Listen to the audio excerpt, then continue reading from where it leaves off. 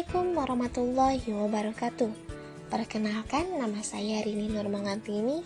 Saya peserta Latsar CPNS Kabupaten Sukabumi tahun 2022.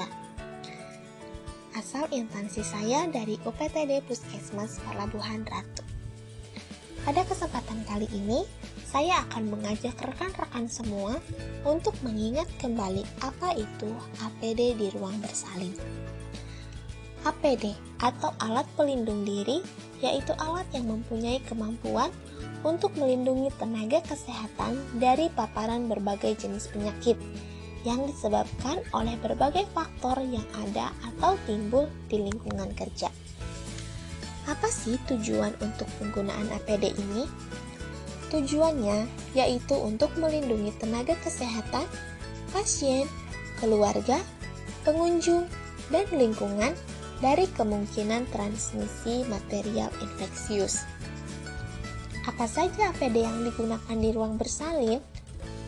APD yang digunakan di ruang bersalin menggunakan APD level 2. Yang pertama yaitu sarung tangan. Sarung tangan adalah benda pelindung yang paling sering digunakan.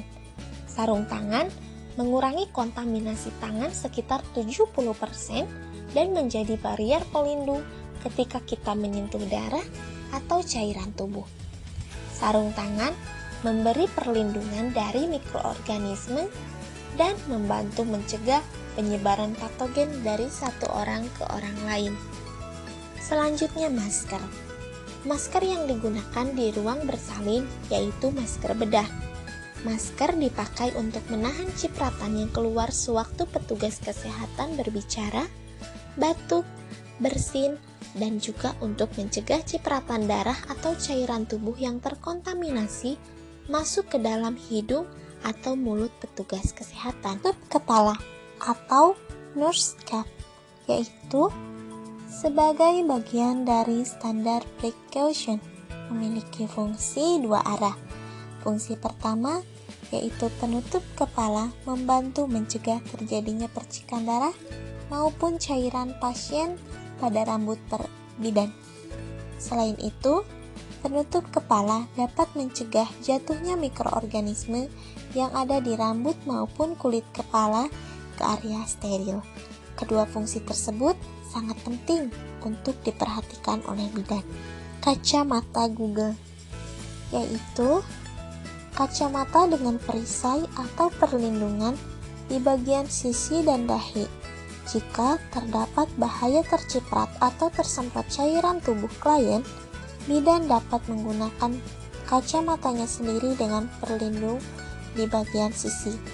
Tersedia pula glass yang pas dipasang di atas kacamata.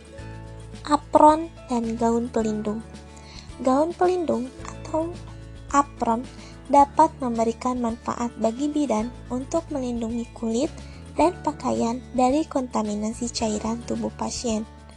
Gaun pelindung steril dipakai untuk unit bedah atau unit operasi, sedangkan gaun pelindung non-steril dipakai pada unit yang beresiko tinggi, misalnya unit kamar bersalin dan kamar bayi. Sepatu boot. Sepatu boot digunakan untuk melindungi kaki petugas dari tumpahan atau percikan darah dan mencegah dari kemungkinan terkena tusukan benda tajam atau kejatuhan alat kesehatan. Sepatu harus menutupi ujung dan telapak kaki. Petugas kesehatan tidak dianjurkan memakai sendal atau sepatu terbuka. Sepatu sebaiknya terbuat dari bahan plastik atau karet agar tahan tusukan. Urutan penggunaan APD yaitu yang pertama, cuci tangan 6 langkah.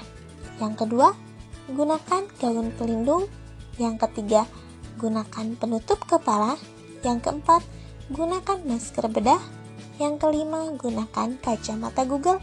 Yang keenam, gunakan sepatu boot. Dan yang terakhir, gunakan sarung tangan. Kesimpulannya, yaitu pemakaian APD yang benar pada bidan sangat berpengaruh untuk memutus rantai infeksi. Dengan diterapkan dan disiplinnya bidan menggunakan APD yang benar, maka bidan telah menyediakan lingkungan yang bebas infeksi sekaligus sebagai upaya perlindungan diri dari pasien terhadap penularan penyakit. Demikian paparan yang dapat saya sampaikan, kurang lebihnya saya mohon maaf. Atas perhatiannya, saya ucapkan terima kasih. Assalamualaikum warahmatullahi wabarakatuh.